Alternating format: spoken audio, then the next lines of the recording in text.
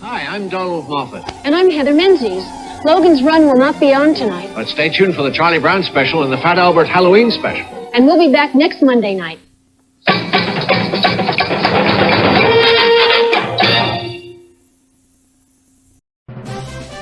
Word Balloon is brought to you by the League of Word Balloon Listeners.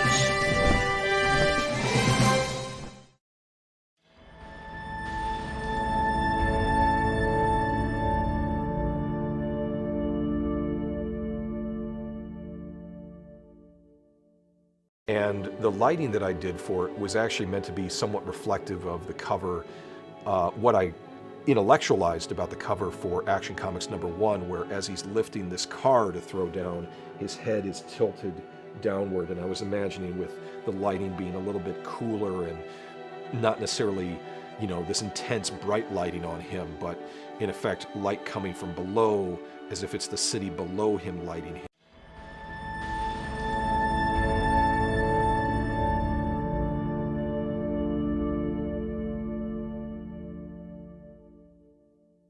If you're here at Word Balloon, it's because you like comics, creators, conversation, pop culture subjects. Would you consider joining the League of Word Balloon Listeners? Patreon.com/wordballoon. For just $3 a month or more, you'll get exclusive access to the Word Balloon e-magazine, featuring transcriptions of some of my best conversations.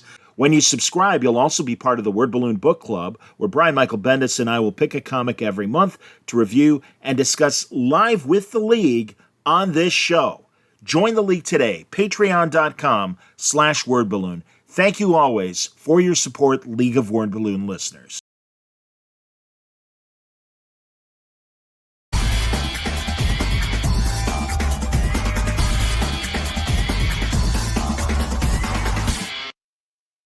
Jeremy Haun, welcome back to Word Balloon. Great to see you, my man. God, Jer, do you realize that we've known each other for pretty much 20 years? Yeah, yeah. So it's Halloween Eve right now, and you have the most atmospheric mood lighting going on. I thought that being here in my Curious Haunts studio with all of my cabinet of curiosities behind me, I would be the moody one, but you win. Well, I figured it's the least I can do. I couldn't dress up for the audio audience and everything, so this is the best I can do is atmospheric lighting for the video.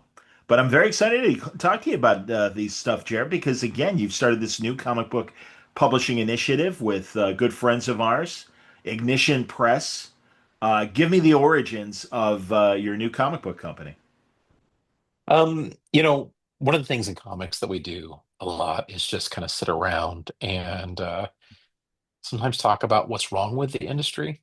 And it's comics. There can at times be a lot wrong with this industry, but you know, for a while, and then, look, you and I even talked about elements of this that kind of built into this thing. Like what do we need to do to be better? What do we need to do to have a more sustainable, equitable industry? And I found myself talking with my friends Philip Sadlick, Jamie S. Rich, and I had worked with our fourth partner, Eric Gitter, for a long time on the entertainment side. Eric is the executive producer on projects like Scott Pilgrim, the Extraction film series, Atomic Blonde. Um, I worked with him on both The Beauty and The Leading Man, several projects, and we were talking about these things, and Gitter was like, "Well, what if we could help make that better? Like, can you?" And basically, it came down to kind of a thing where it's like, "Hey, put your money where your mouth is. Let's do this." And Ignition was born out of that. Ignition Press is Philip Sablik is publisher. Jamie S. Rich is our editor in chief. I am the creative director, and Eric Gitter is our CEO and heads up the entertainment department. And the division, probably even more. That sounds fancier than department. But yeah, so I'm creative director. I've been working on I was thinking about like director of janitorial services as well, because I like hyphenates. So I wanted to be a couple of things. So we'll see if I get that second honorarium that's coming. This is great, Jer, because honestly, beyond putting out your own books, I know you're extending a hand to a lot of our friends as well. And I really think this is a wonderful opportunity for all of you. And I'm really excited to talk about the other creators as well. But we may as well start with your books. And Yeah.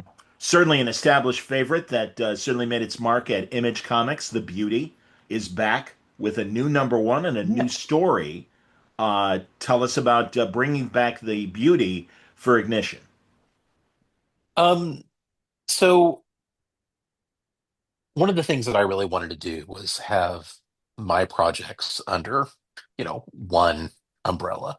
I've been incredibly fortunate throughout my career to, I worked with the beauty was at Image initially, and I had the Realm there. I've done several projects. I've worked with Boom. I've worked with Dark Horse, Oni Press throughout my career doing things, but kind of like I think Brian Bendis realized at a point, you've got so much stuff spread over so many places, you kind of want to unify that if you can. A lot of my stuff deals, it's a lot of horror stories, but there's similar themes. It fits my brand fits pretty well into, like let's be douchey, let's call it the Haunaverse. But I've got things that I've kind of been building to over the years, and I wanted them all under one stable. And when we put together Ignition, was a nice thing that I could do. Put everything together. Um, the beauty, we immediately started talking about the beauty. The other side of the beauty is that we this winter we are getting a television series from master master showrunner, like really one of the most prolific hit makers as far as stuff goes. Ryan Murphy is our showrunner on The Beauty and executive producer, and just took our book and created a whole vision uh, for it. And so that's coming out, and one of the things, another thing is Hurley and I had more stories that we wanted to tell with The Beauty. We um we ended the series with issue 30. It was during the pandemic, really, was kind of when it was like 2019, 2020. Um, and and we hit a really nice ending point for the series. Um, so issue 30, we wrapped up the story, and we had a natural ending spot. And then we immediately regretted it. We hated that we stopped telling stories because we had so much more that we wanted to tell. So many little things that we wanted to examine. Why, we made a list when we started The Beauty, and it was, 25 things long. It was like, what about somebody, wanting to lose extreme weight? What about somebody wanting to hide themselves? How would The Beauty help assist somebody in a transition? There are various things that we could do. But one of the themes that we are exploring in the new series is how the beauty would affect sports, because a sexually transmitted disease that makes you beautiful, younger, stronger, more fit, would effectively kind of work like a performance enhancing drug. You know, if you're talking about football, suddenly people needing an edge can get it in a very specific way. And we had things that we wanted to talk about. We were excited to do so with. And man, like the second that we hit the ground running on this new series, we we really it was like the floodgates opened. Everything that we wanted to tell, all the slightly dangling story things that we had, we're like, ooh, wait, we could put this together, and now we can connect this and expand on this, and we're just having a blast. I'd be remiss also with a new series to if I didn't, it's Jason A. Hurley and I writing it. We're back together, but this time with Emanuela Lupacchino and Emma. Some of you may know her from she's done a ton of DC work, some stuff at Marvel. She's fantastic, um, and we managed to get her over on the Beauty, and I always liked Emma's stuff. I always loved Emma's stuff. She's fantastic, but like something has unlocked on this book. I love what she did on issue one. I was just looking at the colored artwork from issue three, and it's just stunning. Like just everything that she's doing just gets better and better and better. And I have a rule for my projects. I often draw things initially. I drew the first six issues of the Beauty, and I drew some more issues later. But if I got somebody else drawing my stuff, they have to be better than I am, and that's held. I've worked with amazing people all throughout the series and on other projects, but the Beauty has never looked more Beautiful. beautiful Yeah, I'm than with you. with Emma working on it. That's great. No, you were kind of send me the first issue, and it is gorgeous, and she's doing a hell of a job. That's great, and truly, I'm excited to talk to you too about Mike Tisserand's work as well on Murder Podcast. But sticking with the Yeah. Beauty, when will the television show debut? Is there a start date? Um, No. it's uh Ryan said, I'm only going by what Ryan said. We had to attend the big beauty panel at New York Comic Con, and it was great because uh, Hurley was there, and I was there. Our ladies were there, and getting to see everybody up there, and we were like right up front, and they gave us a shout out during it, and it was pretty fantastic. But we we had a rough date for a while, but Ryan has said that it's coming in January. Okay. So that's very, very soon. This is me going by what Ryan said. Um, until they announce the official locked date, I don't know exactly, but you know how TV works Sure. nowadays. Yeah. They do No. stuff when they do stuff. A lot of our friends are having issues because post the strikes and COVID, the streamers and the basic cable and really even the networks are a lot more not gun shy, but certainly careful and slower to release things. So, is there a channel? Like, is it where will it Oh, drop when it yeah, does? yeah. It's on FX, and Okay, great. yeah. I mean, I want to like one of the things about this that for years we've talked about the possibility of the show being on and that it was building and everything. But like I can't think of a better place for the Beauty. Uh, when we initially were in the dreaming phases of talking about who could do this, Ryan Murphy at FX was the top of the list, and we got Ryan Murphy and we got FX. That's So excellent, man. Yeah, it's um FX has really on its own kind of become the premier basic cable channel. yes, it Oh, really. I mean, and I remember back, when FX was really building as a network. The Shield was the first thing that like yeah, really just knocked my socks off coming, and I was like, what the hell is this? Where is this coming from?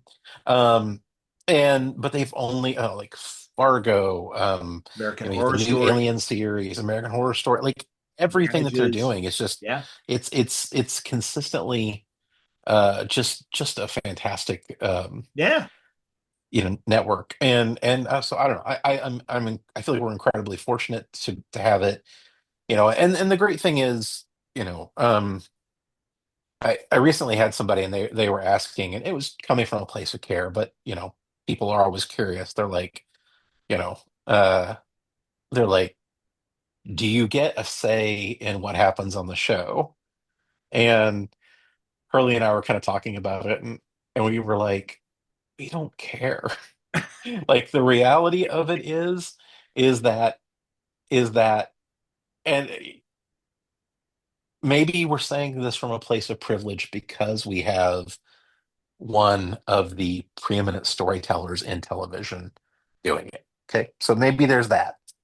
But the reality of it is that Hurley and I told the story that we told. Nobody gets to take your comic away from you. Every show that's come on, or movie that's come on, and you've been like, the comic was awesome or the book was awesome, but that show or that movie was garbage. Yeah, sometimes it is. Sometimes Sure. sometimes it's the best thing out there. The reality of it is nobody says, like, if you love the beauty as a comic, or you love the show but you hate the comic, like, that's gonna happen. Sure. You're gonna be like, this show is amazing and gorgeous. The comics kind of like, I don't know who the hell drew the first six issues, but they suck. But but you know everything stands on its own. And for Hurley and I, literally, we get to tell more comic stories, both with the beauty, but with other things out of this. Nothing is more special than that. That is amazing to me. That's great, man. Have you seen? And again, forgive me for leaning on the show, but obviously Yeah, people are going to be curious. sure. Oh yeah. Have you seen the first couple episodes? How much of the show have you seen? We've seen quite a bit of the first episode. Um, one uh it's one of the most ambitious shows that Ryan has ever done. It bounces all like season one bounces all over the world.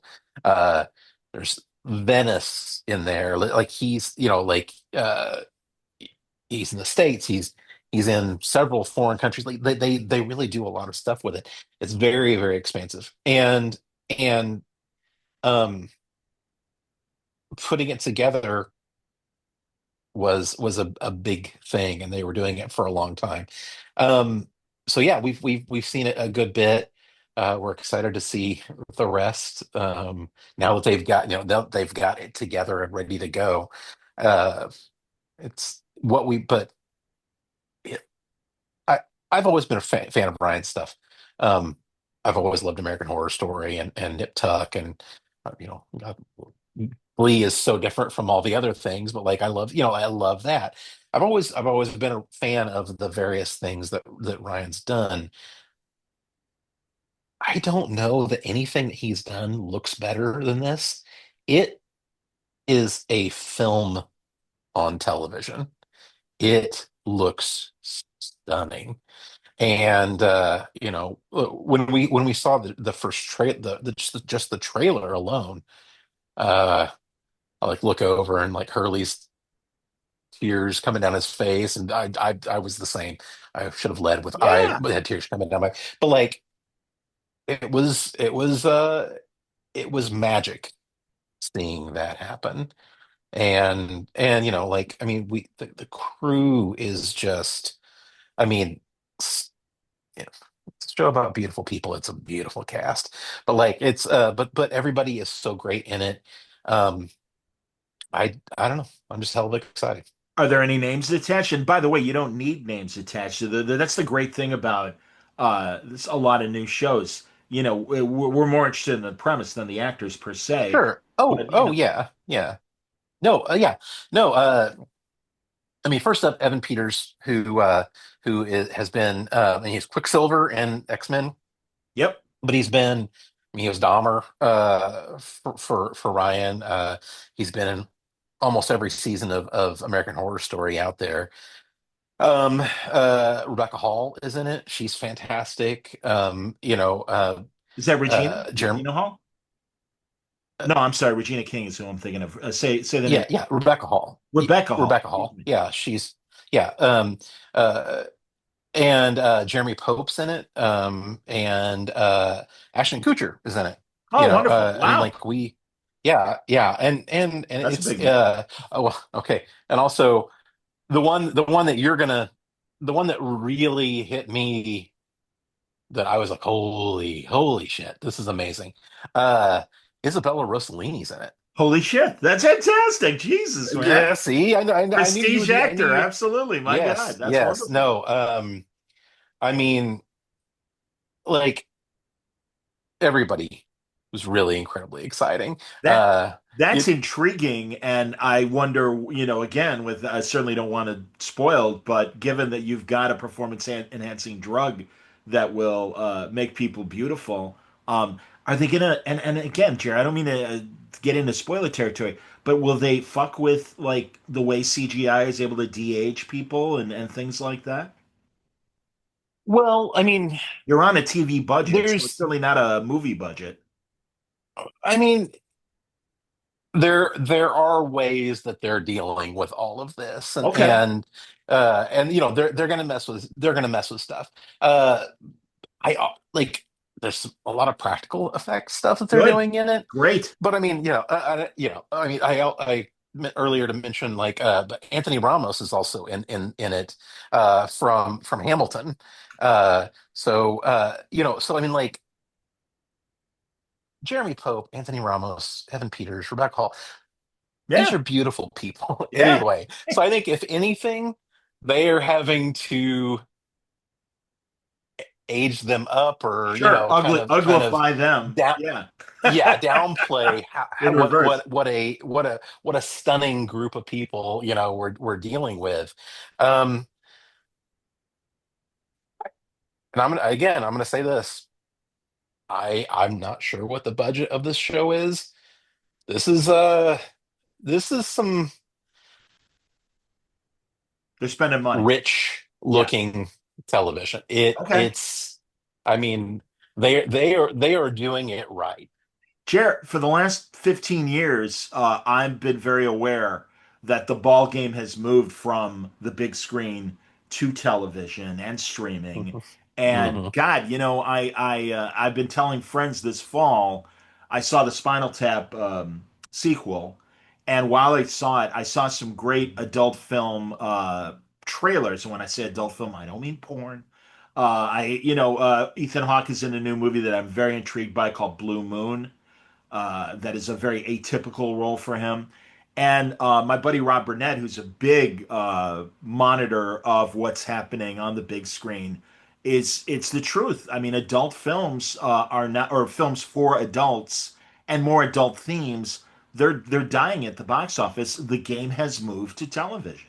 That's where the viewers are, and I think wisely, a lot of things that likely could be good ideas for films 20 years ago make more sense as streaming television, and they're certainly attracting the biggest. Rossellini's a great example of that. Even I Hmm. like he's bad. Even Ashton Kutcher choosing to do a television series Hmm. again, and he's made his share of Yeah, yeah. films. But yeah, I mean, I really Right. think that's fine. And again, prestige television, places like FX, like HBO.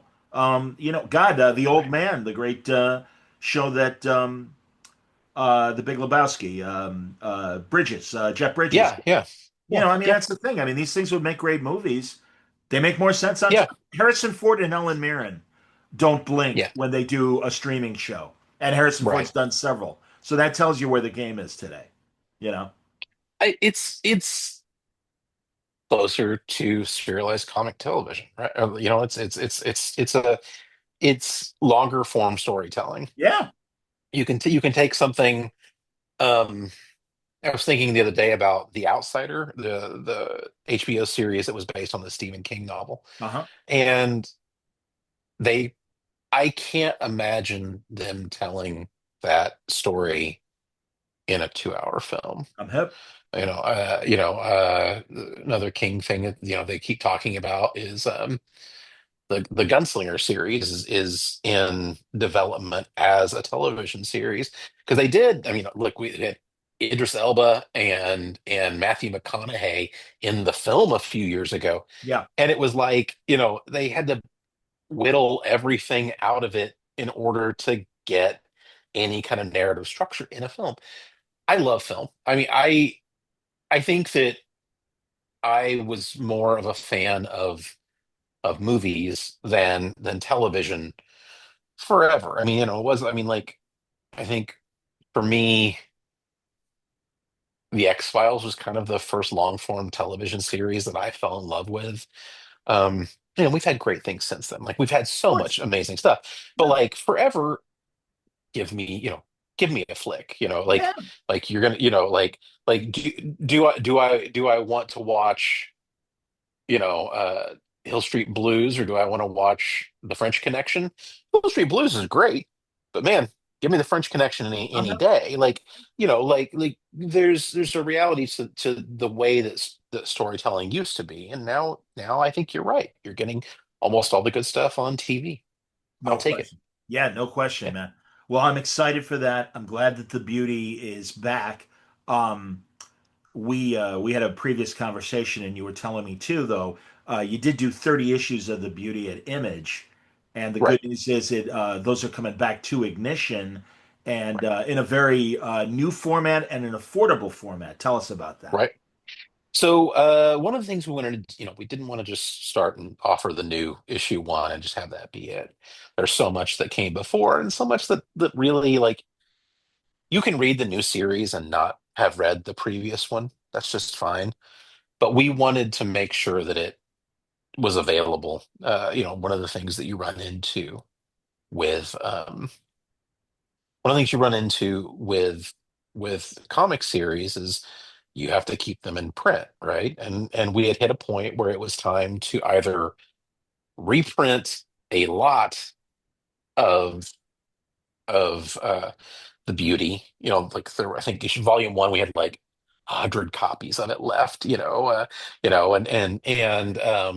I think there was like the most of like volume three, but like one, two, four, five, and six were almost completely out of print. And it was going to be a huge reprinting. And look, and the reality of it is, I'm a partner at Ignition. Um, when you're a partner at a publishing company, it- you don't. I want to be supportive of other companies. I love other companies. I love everybody that I've worked with, but I can't, you know, like be like, hey, I'm a partner in Ignition. Buy these reprints of the beauty over an image. It's just that's not how it works. Sure. Um, so um, I, asked for the beauty back and the realm Mhm. and image they're set up for that. And they graciously are like, hey, we wish you the best. And so we had 6 volumes. What we wanted to do with those was make it really affordable and accessible to everybody. So we're doing now what was 6 volumes, which was 5 issues of the book at a time. We're now offering as what we're calling them books. So book one, two, and three. We're going to make out of those 6 volumes two of those volumes per book. So it's roughly 200 and 225 to 250 pages each book.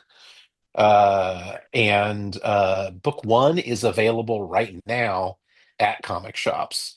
We did a special printing of it for local comic day, and we just wanted to make sure that we had a exclusive comics retailers only situation. You can't get that one at Barnes and Noble or a larger bookseller or whatever. Nothing mass market about that initial printing. We have that one, and then this at the January, right around the time that the show comes out, we'll have the mass market edition of volume one, or sorry, book one.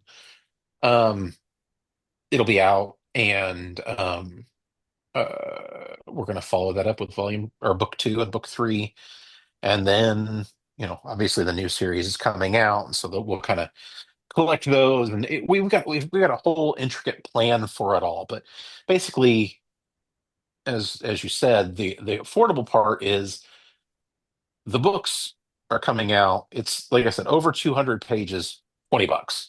Fantastic. We wanted to make it easily accessible, easily affordable. You know, over 200 pages for $20 is a steal. They also, we're all paper snobs, and the paper quality is great. They look gorgeous. Really happy with the way they came out.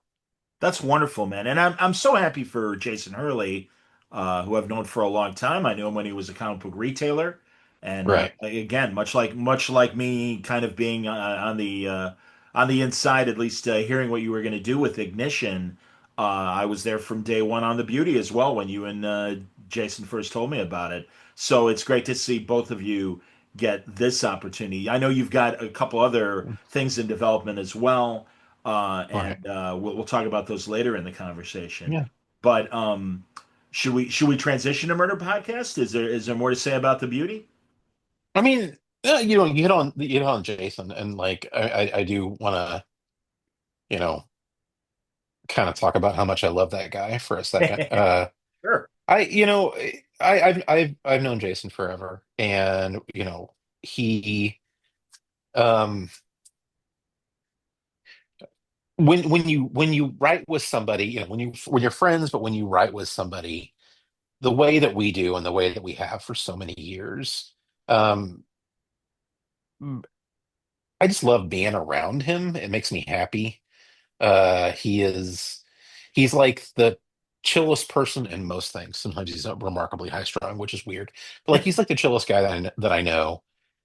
And when when we work, like in the time between finishing the Beauty, we did the approach together at Boom. But like, there was about a year where we weren't writing together in there. And I kind of, we would hang out and stuff, but like writing with him is one of the joys of my life. Like really,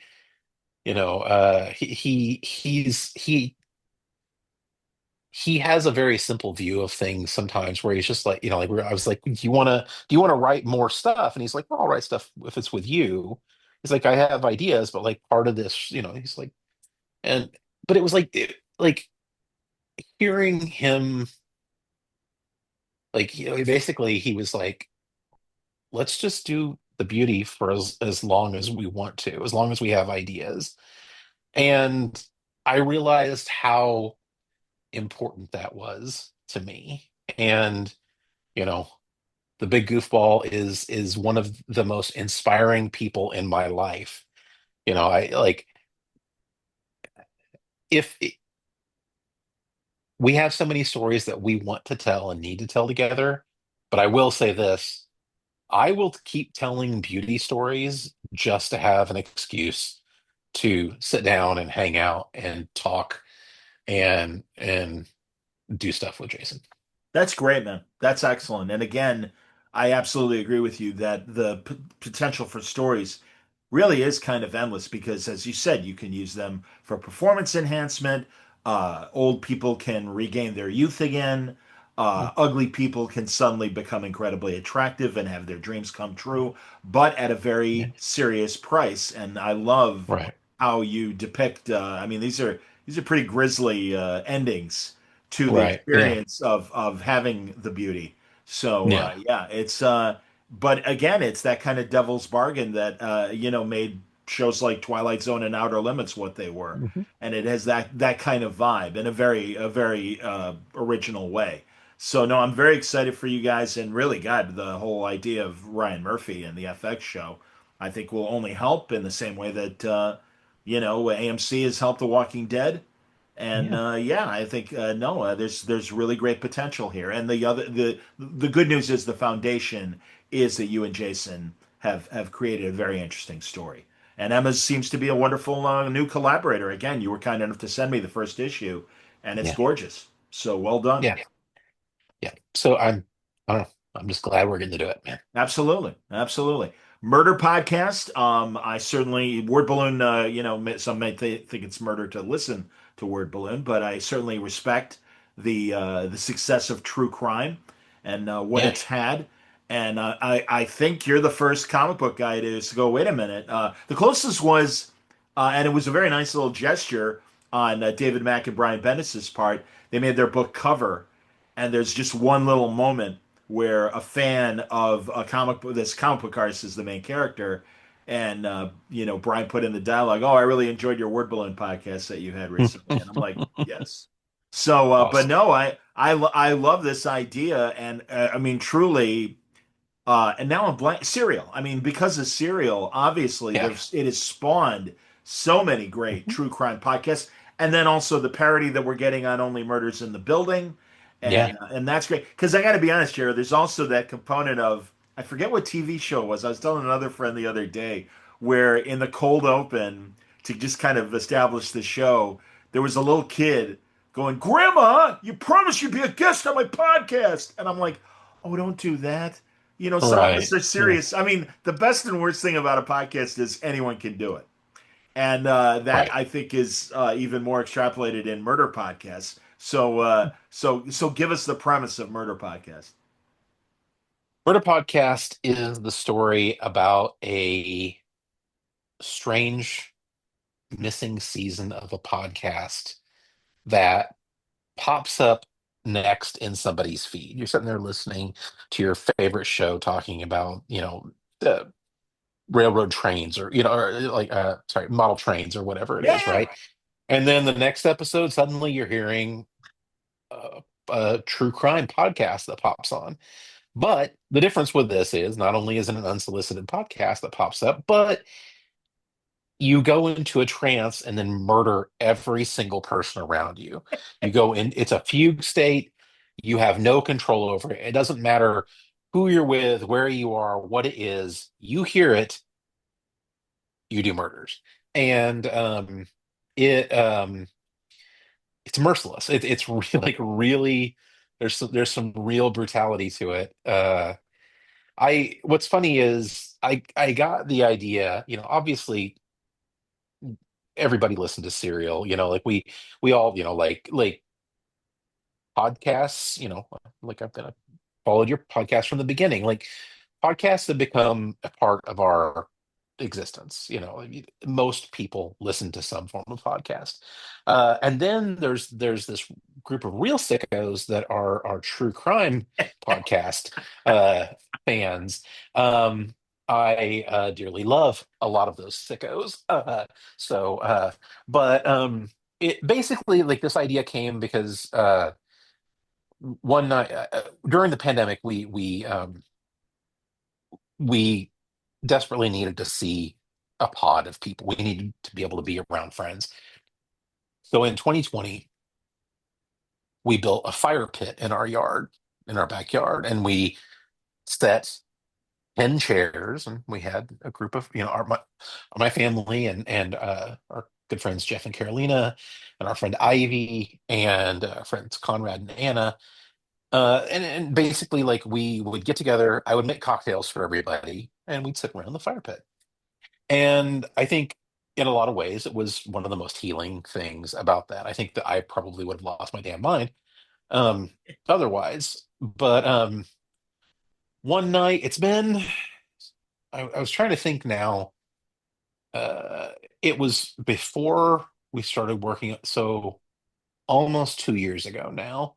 Um, I was I was out there, and there was a large, now because the pandemic's over, we have larger groups that come. So there was a big group there, and we were all having drinks, and in big groups, even though you all love each other, if there's 12, 15 people there or whatever it is, you split off a little bit in the smaller groups. And I kept hearing behind me a couple people talking about something, and I was like, "Are they talking about a movie?" And then they were like, no, and then they sawed off his head, and I'm like, what are you guys talking about? I'm like, are you talking about a horror movie? And they're like, no, it's a true crime podcast that we're listening to.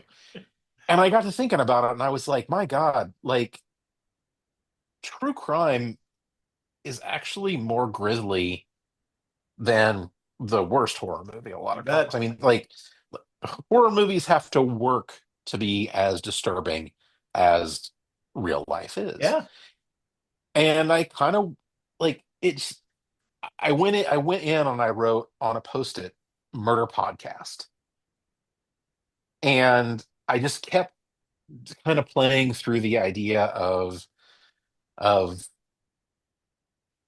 this strange dichotomy of like real life being stranger than anything that we ever see. How do you take that and have it be like a supernatural horror bent? And took I mulled it over and mulled it over, and was one of the first things that I kind of talked to my crew at Ignition about, and they genuinely responded to it, and here we are. It's of the moment. And God, it's Word Balloon's been around for 20 years. Serial has been around almost as long. And I certainly these true crime podcasts. But it is funny how awareness has never been better for the forum of podcasting. And no, I think it's a great idea for a backdrop. And kind of like first of all, the tent thing or getting together with the fire pit. One of my friends has a giant backyard, and he bought one of those all-weather tents and Mhm. put heaters in it and stuff, and we would get Oh, together every week. And also, much like a book club, I do know that there are fans that get together to discuss their favorite true crime podcasts. So tell us about your cast of characters that we're following in Murder Podcast. yeah. I mean, that's like, look, I'm I'm kind of often a big idea guy. Like I always like a theme, right? An STD that makes you beautiful, a podcast that makes you murder everybody around you. Like there's very biteable things there. But for me, it's about the characters. I mean, it's about the people. And um, earlier I mentioned the group of people that I know that are podcast obsessees, and it's a generalization when you say that, like, true crime fans are usually 30, 40, 50-year-old white women, right? And that's not, I think that's a generalization. It's a broad group. It's all the genders, it's all the Sure it is. ages at this point. Like we Yeah. all we all like this stuff. But I wanted to sort of write a story about a a group of women that were the ones sitting down having effectively a podcast club. They get together for brunch, they talk about this show that they love, and that's the thing. That's the heart of it. So it's these five women, and they're all based very loosely on this group of ladies here in Joplin that I really wanted to make everybody feel very real. Look, they say, write what you know. I am a 50-year-old white dude living in the middle of America. I'm the most boring thing on earth. You don't want to read comic books about me. But I want, this group, this group of ladies, they're interesting. Lori is the executive director of our downtown organization. That's fascinating, interesting job trying to revitalize a city and make it better. We got a friend that's a historic librarian. We've got another friend that she writes cookbooks and like lived in France for years. Like there's little things that you end up taking from different people and kind of putting them together, and then they mix. It's like you take all the things that you know about a different group of people, shake them up in a jar, and then pull out little facts, and that's what I did. And so this group of ladies ends up, because of their own inherent curiosity, but also because of a thing that happens in the first issue, get pulled into trying to solve this mystery of what this larger thing is. And because it's me, it's a unknowable horror kind of thing. It's a terrible thing that's bigger than any of us, and it's fun to play with. But like I just get to talk about people, you know, making fun of friends making fun of each other and having wine and having a good time. Is this a finite series? Or are you planning on ongoing? Uh, this is a finite series. It's 8 issues. Um, I typically build stuff out. I like endings. Okay. I think that like I like long form storytelling, and for instance, the beauty. I don't know when we're going to stop. Like just because when Hurley and I sat down, we were like, "Here's an outline," and like we were breaking stuff down, and we're like, "Holy shit, we have 15 issues." Like immediately had 15 issues, and then and we're like, "Well, that's actually sort of act two out of that is more than that," and um, but while I like doing longer form stuff, like I don't know, like I just the Red Mother had an ending, just like there could be more, but I always like leaving the door open a little bit. Sure. But Murder Podcast will have a decided ending in issue 8, Okay. and um, and then the thing after that is like a tight 5 issue kind of thing. So I've got something that I'm building on that is much much longer form. I just have to convince my partners that it's a good idea. How has the retailer response been to Ignition Press? The good news is Jamie has his Oni background, Philip Hmm. has his Boom background, you are an Right, established writer and artist. But again, right. sometimes, and especially in this environment right now, I think it is a challenge for a new comic book company. Yeah, I mean, look, market share isn't easy. I mean, and I can't blame shops for, like I want shops to take a big position on Ignition books. I believe in the stuff we're doing. I get to see all this stuff beforehand, and I'm a damned fan. I want other people to be able to get it too. But it is a hard time for comics. And honestly, I mean, the reality of it is, I'm gonna talk a little shit here for a moment, but like, it's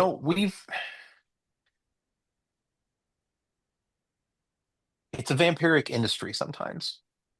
It Ironic that we're look, talking about a vampiric industry on Halloween Eve, but go on. right, right. Yeah, no, but I mean like we do have to make money, and we don't make enough money doing these things. The margins are garbage. The reality that like like whatever deity out there, bless comic shops, because the reality of it is the margins on these things are paper thin, thinner than the paper that they're printed on Yep, from certain companies. indeed. Um, um, you know, it's we've lost the major distributor. We have had uh, companies, unable to continue because of various reasons. Uh, you know, Ignition is a new company in a difficult landscape right now. Um, I any retailer that supports us, that takes a position on us, and any company right now, are the best in my book. I unabashedly love and respect the shops. To your question, the support has been unbelievable. I mean, there was a number, and I don't want to say it, but Yeah, you don't there have was to a give it. number Go ahead. well, I had a fear number, right? There's a fear number that you're like, well, if we get the numbers back on Murder Podcast and it's this, I might walk into traffic. I'm just joking. I'm just joking. I would never actually. I don't want to, but I understand. I would Yeah. at least mope around and really piss my family off a lot with my kicking things across the room or whatever, like steadily just walking in, kicking cans that are laying on the floor, that sort of thing. Charlie Brown. Um, Yeah. right. And Murder Podcast like came in strong, and and we did a really healthy overprint of issue one, Okay. and it and like because like this inside baseball league, but like comic companies can juice numbers, right? Like Oh, it's I'm aware. incredibly easy to do. Oh, I'm aware, You know, Jeremy. Yes, sir. yeah, and it's a game. It's a thing that like you want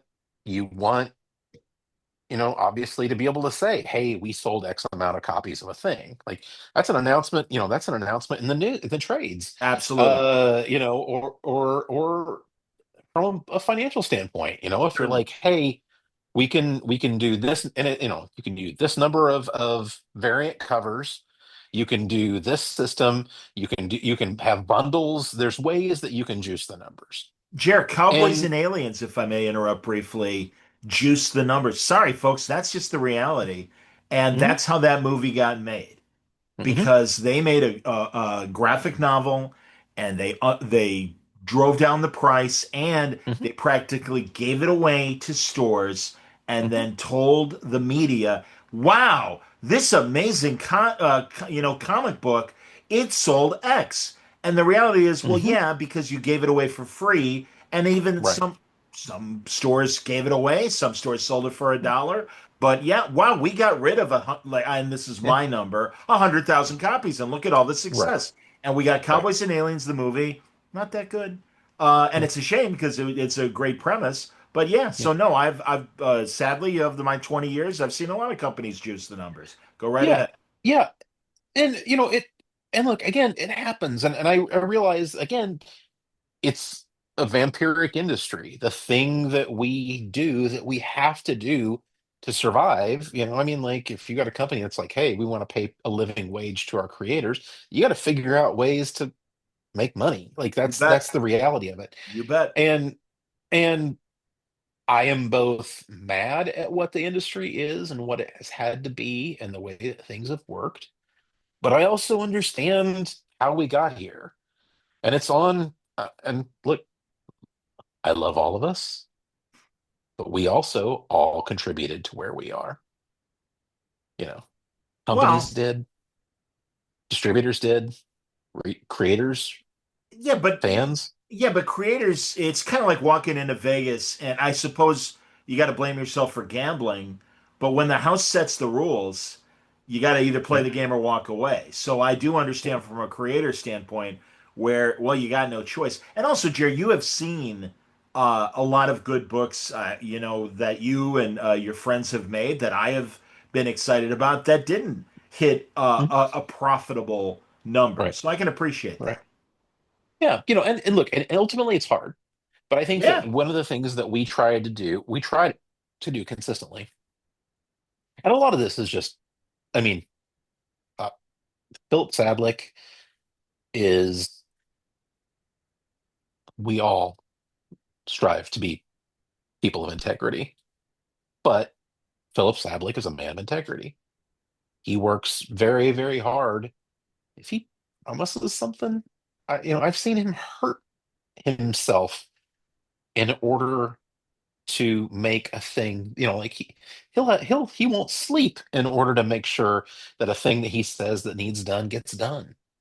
And he really, uh he's gonna hate me for saying this, but like when we started Ignition, before we started talking about what we wanted to do as a company, he made us read this book, um uh find your why. There's um I it's Simon Sinek's book, and I'm messing up the name, so he'll be more angry that I messed up the name than actually that I said anything about it. But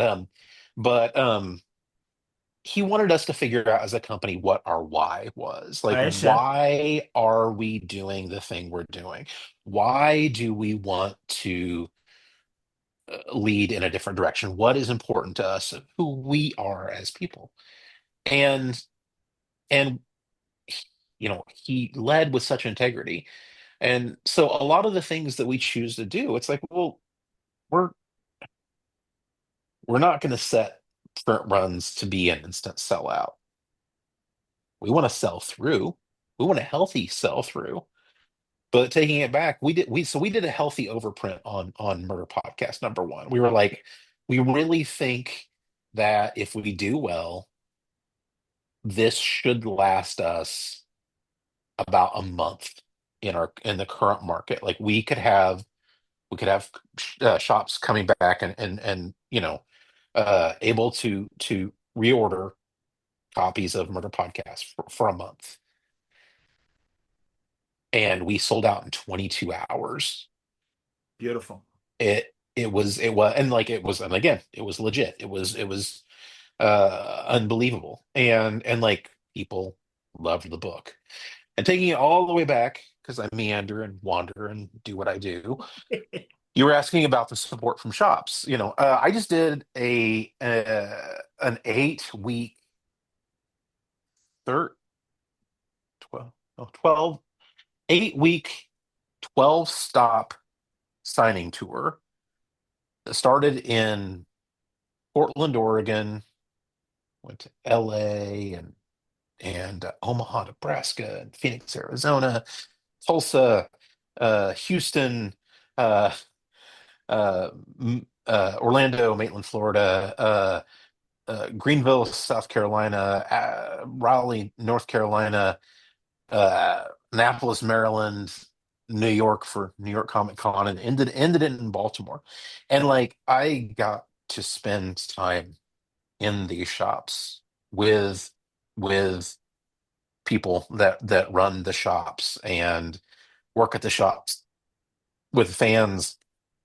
And not only were people excited about Murder Podcast, because it was the Murder Podcast Killer Signing Spree tour, right? It was this big tour, you know, for my silly little feel good murder book.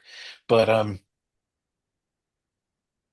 during that time, Voyeur came out, and I love that book so much, and I love Leah Williams and David Baldeon. They are two of the sweetest people on earth, incredibly talented. Um, and seeing the excitement not only for Murder Podcast but for Voyeur. Leah was uh, in Portland for Rose City Comic Con prior to Voyeur coming out, and then she was able to join um, in Houston at Bedrock City Comics for the signings there after Voyeur came out, and just seeing how excited people were about Voyeur, it did my heart good. And then look, and then in Greenville, uh, South Carolina. Nope, I'm gonna mess that up. Raleigh, North Carolina. Easy to get mixed up with that Oh many yes. stops on a tour. And in Raleigh, North Carolina, kind of carries technical spot, but at Ultimate Comics, Stephanie Williams got to join for the signing when Roots of Madness came out. And that was such a good signing, and people were so excited. And they were as excited about Roots of Madness as they were about Murder Podcast.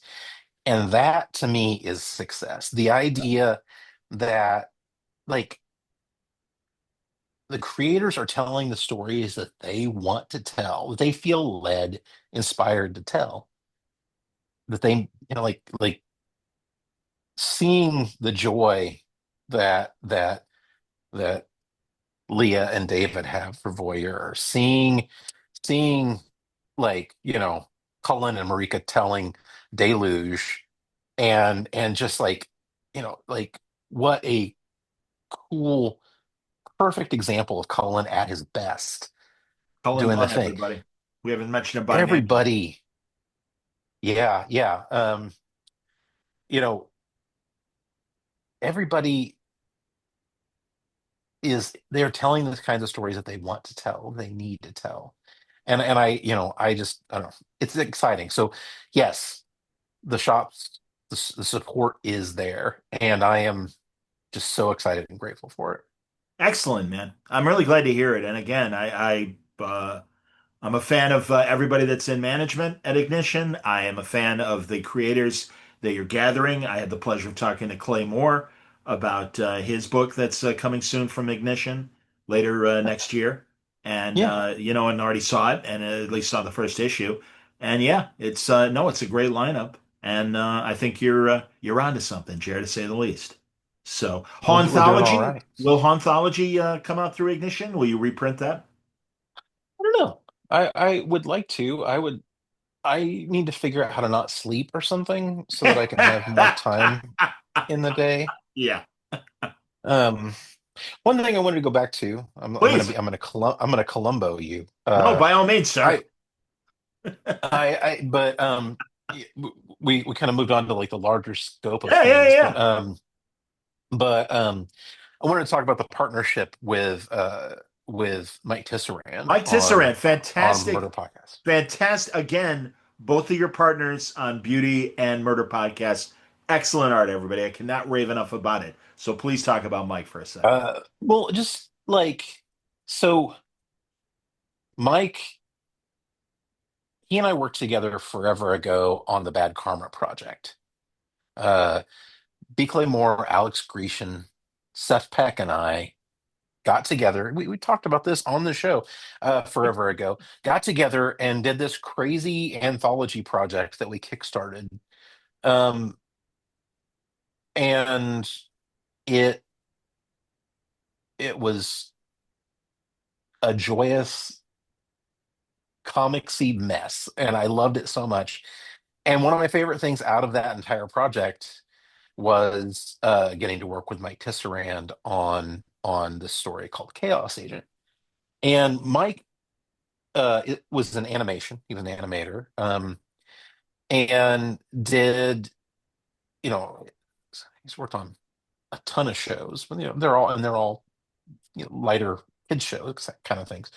But he's a Canadian. I hope that's okay with everybody. Uh, but he, which basically means just that he's the nicest person on earth and incredibly talented to We boot. certainly have all of our So, mutual Canadian friends. I yeah, absolutely yeah, respect that. Absolutely. yeah. But Mike, came. We met. He came on and did this 24-page story, Chaos Agent, and just blew it out of the water. Like, that story was so good because of Mike. And after that, I was like, hey, do you want to maybe stick around in comics? I could love to work with you again. And very rightly, he said, like, I've got insurance, or I guess they're Canadian. They don't need our silly insurance. They have good healthcare. Yes, they But do. it was a stable job. Animation was stable, and it was a good thing. And comics are kind of can be the Wild West. Yeah, it's a Um, crapshoot. Absolutely. yeah, and so he stuck around there, and but so like every year I would, and we would talk back and forth in the interim, but like every year or so, I'd come back and I'd be like, "Hey, do you want to come back and Yeah, got a little time. do something in Yeah. comics?" And the timing was never right, and it just, and I think the desire to tell comic stories was always there, but finally, at a point, the stars aligned.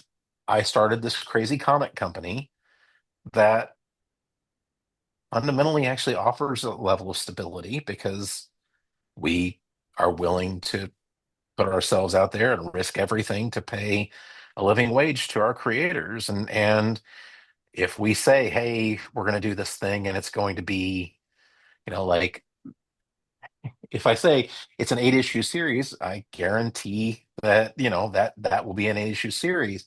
And when I love somebody and want to work with them and want to continue working with them, I can be like, you know, if like we'll find you something after this to do. Like we'll keep you working because you're brilliant. And Mike is brilliant.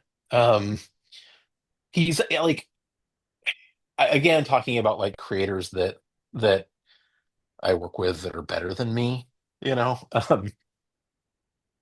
Mike, I think I drive Mike a little crazy sometimes because I can see the animation wheels turning, and he's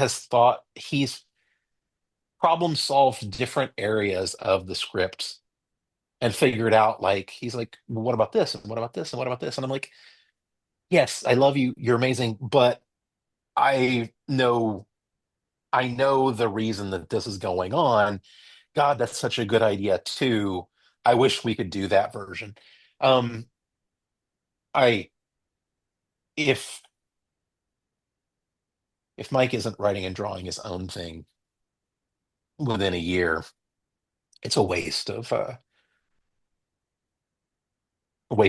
too much.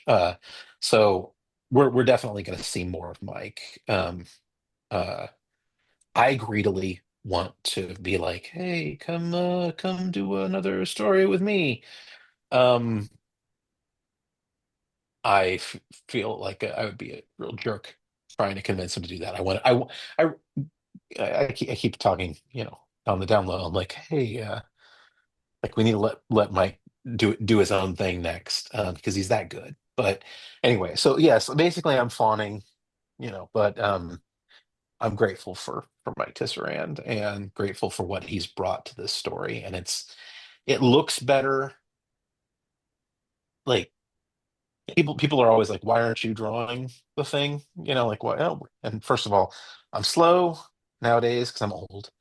My back hurts. But also, you know, I can't draw everything.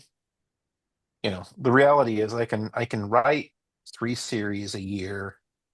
I can maybe draw one, Sure. and I don't know that I could draw, and I couldn't write 3 series a year while drawing one. I've got a thing that I'm building too. Don't worry, you haven't seen the last of me As far as on art goes. interiors. Yeah, I understand. Yeah, yeah, Is but as an artist though, do you find that you have to check yourself and while you know where you want a story to go, and well, if I were drawing this, it would, there'd be no argument. Not that there is an argument, but do you find yourself checking yourself with Emma and Mike in terms of, well, this is where I see it going, and obviously, as you just said about Mike regarding Murder Podcast, no, it's got to be this way because of the story. But yeah, I mean, right. so do you find yourself kind of pulling back sometimes and going, yeah, sorry about that. Listen, you're the artist, do your thing.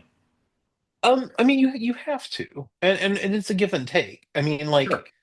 like there. Mike's really good about asking questions. Like I really like the way that he's like, do you know the SWAT team that's going in? Do they all have um assault rifles, or do they also have, or is it just sidearms, or Sure. what's the breakdown of this thing? Yeah, yeah. And then it makes me, oh well, I didn't answer that question. Yeah, clearly talking about this, or um, there's a bit in issue 3 where I had a scene and it's like I do this thing where like you see kind of somebody like the murder podcast, somebody die, and then you go back to the main story. Um, you see in the beginning of issue 3 this thing happen, and he had a completely kind of different way that once the killing started that went, and I was just like, I you know no, I trust you, and like, and there's always a thing in your head where you're like, I read this really cool thing, like, but then I think if you have a partner that thinks through what's going on and comes up with something that works in a way, like, just do the thing, like let them tell the story. I think that the thing that we talk a lot about, you know, Jamie, Phillip, and I, is like, um, you know, we talk about this is in the larger scope of like comic companies. The three things that kill comic companies often are are being underfunded, right? That's the one thing. Um, Not having enough time to get everything done the way that they need to do to make sure that they stay ahead, and then ego, right? Like ego is one of the biggest things that really, you see somebody, coming out like making shooter fingers, talking about how they're going to take over the world, kind of thing. Make sure you got, make your shit right before you do that. Creatively, ego, look, if you're just saying like make my words happen, like that's not really collaboration. I'm hip. And I really try to, it's frustrating when you see something in your head and then somebody suggests something different, but that's just ego messing with you. And like, either Jamie does a good thing where he, again, like, I love it when people ask questions. Like Jamie asks, he'll be like, as an editor, he's like, well, why did you do this? And then I have to explain my thought process. And that does two things. That either shows me the holes in this thing that I just wrote in a certain way, or it forces me to explain it in a way that clearly says, I know what I'm doing. I can handle this, and it's going to make sense. And it's gone both ways. It's, like sometimes I've had to change something because it didn't make sense. It wasn't clear. And I think that's partnership, that's collaboration, that's part of the joy of making things. And that's it's, I don't know. I am incredibly fortunate to be able to do all of this stuff with a group of people that I'm doing it with. Jared, truly, as I said, you and I have known each other for 20 years, and there have been stops along the way that you've kind of told me some of your big ideas. And I'm like, whether it's specific graphic novels or, again, the formation of Ignition. And it's been so great to see that, it hasn't always been a clean path, but, you seem to have found the right way more times than the wrong way. And it's very exciting that you've now with Jamie and your other partners and Philip and forgive me, Eric is Eric your Eric, yeah. yeah, it is Eric, Eric. yeah, Excuse me. yep. Okay, sorry. Eric's the one that I know the least, and I No, don't know him at all. But yeah, when it makes sense, honestly, I hope we do talk. Maybe when the beauty yeah, is running on FX. Hell, I hope we can get Ryan yeah. Murphy to come on and do a little word balloon talk about it as You well. never know. That man is an enigma. He's a you seen him at the Met Gala. He's a gloriously dressed enigma. But Well, yeah, I'll make sure I dress yeah. properly if I do get the Right, opportunity right. to talk to him. But no, man, very exciting about Ignition. Very exciting about the Beauty issue 1, which is out now. Murder Podcast is out now. Give me Mhm. the other titles that currently are out for Ignition. We've got Murder Podcast, Voyeur, Roots of Madness. We've got Deluge, No Deluge is out Place. now, or is it coming up? Yes, Deluge is out. Okay, And then No Place from Tim Seeley and Stefano Simone. okay. And I don't know. if we've announced next stuff. I have to be a little cautious because otherwise I'm the guy that's being like, and by the way, but yeah, we've got um this this is like we're doing 2 or 3 books a month through November. Okay. We're taking December off, Okay.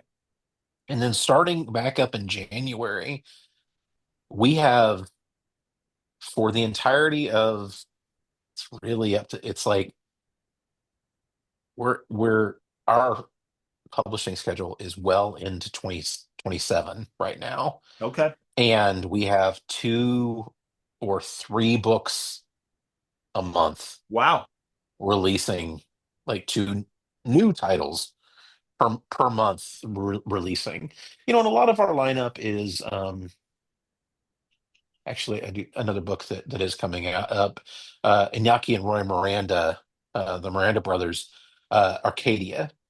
And I'm gonna take a second and talk about Arcadia. Arcadia, I getting to know these creators that I've liked anyway, that I've liked their stuff. Mhm.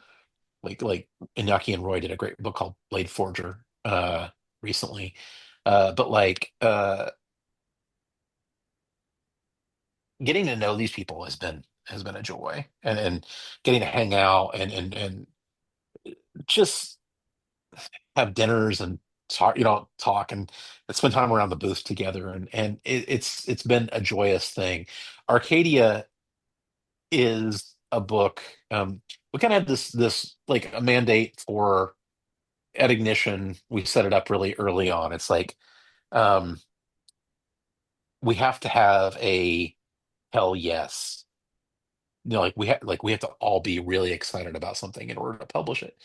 And one of the clearest hell yeses that we've had was Arcadia, from Inaki and Roy, because it's like this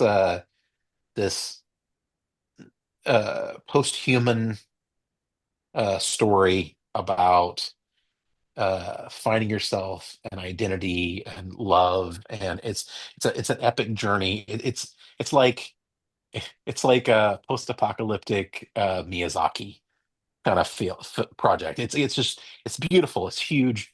Um, and so yeah, so Arcadia is another one in our lineup that's coming up. Um, but just such good books.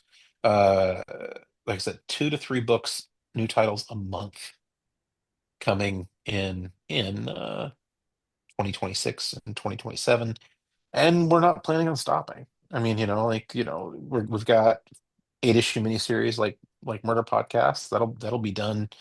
That'll be done before long, and then we're going to move on to some other stuff. And it's very important for us to have different voices and really empower different people to tell their stories. Uh, we're uh, I can't even share everybody that we've got coming up, but uh, we had some meetings in New York, and I was like, oh, this is going to be really, really exciting. Wonderful, man. That's great. Well, it sounds like I've got a good excuse to talk to some old friends about their new Ignition Press books and Yeah, also meet some new people as well. So, yeah. all right, creative director, you're going to have to keep me in the loop and, kind of broker some new introductions for me for some of your other creators that I'm not already friends with, but Um, also tap them on the shoulder and go, hey, let's talk to Suntress. yeah, So. absolutely. I mean, that's the great thing, and you already got me and Clay out of the way, so you don't need to It's talk to us true. for another 3 to 5 years. Exactly. Exactly. But yeah, yeah. No, I Like the mean, like Olympics. happy to do it. Exactly. Yeah. No, it's uh, you know, No, like that's great, like a man. really boring old grumpy Olympics, but It's certainly true. True. yeah, No, yeah, Jared, honestly, as I started to say earlier, I'm thrilled that this has worked out and I'll do what I can to help you out with this thing because I believe in you and I believe in yeah, the guys and girls that I know. And I yeah. want I want us all to win at the end of the day. So Well, that's the goal. continued success with Ignition Press, and yeah, we'll talk sooner than 3 years. Don't worry, you know that. Yeah. Let's definitely do that.